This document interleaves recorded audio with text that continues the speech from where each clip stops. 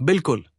ये सच है कि Sterling and Wilson Renewable Energy Limited के पास ऑर्डर बुक मजबूत दिख रही है और सेक्टर को लेकर सरकार और ग्लोबल स्तर पर पूरा फोकस है। फिर भी शेयर की कीमतें लगातार नीचे जा रही हैं।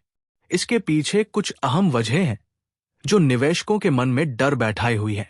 सबसे बड़ी चिंता कंपनी पर भारी कर्ज का बोझ है, जिसकी वजह से उनकी कमाई का एक बड़ा हिस्सा ब्याज चुकाने में ही चला जाता है। इसके अलावा पुराने प्रोजेक्ट्स में कैश फ्लो की दिक्कतें और ऑपरेटिंग कॉस्ट ज्यादा होना भी मुनाफे पर दबाव डाल रहा है। मतलब ऑर्डर तो है, लेकिन उन पर कितना मुनाफा कमाया जा रहा है, ये सवाल बना हुआ है। निवेशकों को डर है कि नए ऑर्डर से मिलने वाली कमाई सीधे कंपनी के मुनाफे में नहीं दिखेगी, बल्कि पुराने कर्ज चुकाने में ही खपत हो जाएगी। बाजार का मिजाज भी एक भूमिका निभा रहा है, जहां अगर एक बार किसी शेयर से विश्वास उठ जाए तो उसे वापस पाने में समय लगता है।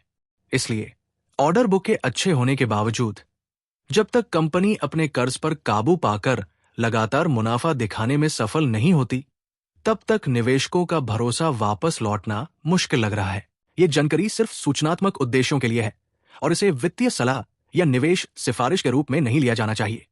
शेयर बाजार में निवेश के जोखिम के साथ जुड़ा होता है और किसी भी कंपनी में निवेश का निर्णय लेने से पहले स्वयं की उचित सावधानी बरतनी चाहिए और यदि आवश्यक हो तो एक योग्य वित्तीय सलाहकार से सलाह लेनी चाहिए। उपरोक्त जानकारी विश्लेषण पर आधारित है, लेकिन बाजार की स्थितियां तेजी से बदल सकती है। किसी भी वित्तीय निर्णय के परिणाम स्वरूप होने वाले लाभ या हानि की जिम्मेदारी पूरी तरह से निवेशक की होगी।